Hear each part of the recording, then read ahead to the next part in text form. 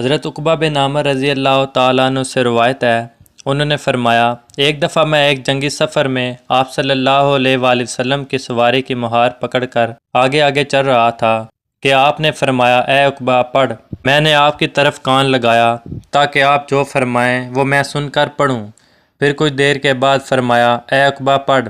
میں پھر متوجہ ہوا، آپ نے تیسری بار پھر یہی فرمایا۔ میں نے عرض کی، کیا پڑھوں؟ آپ نے فرمایا، سورۃ قل هو اللہ احد۔ پھر آپ نے آخر تک سورت پڑھی۔ پھر آپ نے سورۃ قل اعوذ برب الفلق آخر تک پڑھی۔ میں بھی آپ کے ساتھ پڑھتا رہا۔ پھر آپ نے سورۃ قل اعوذ برب الناس آخر تک پڑھی۔ میں بھی آپ کے ساتھ پڑھتا رہا۔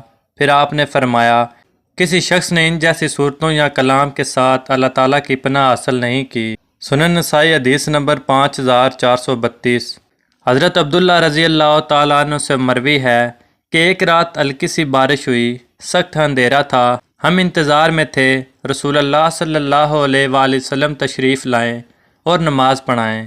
پھر رسول اللہ صلی اللہ علیہ وآلہ وسلم نے نماز کے لیے تشریف لائے اور مجھے فرمایا، پڑھ۔ میں نے کہا، کیا پڑھوں؟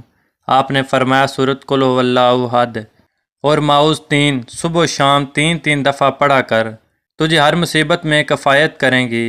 سنن نسائی حدیث نمبر 5430۔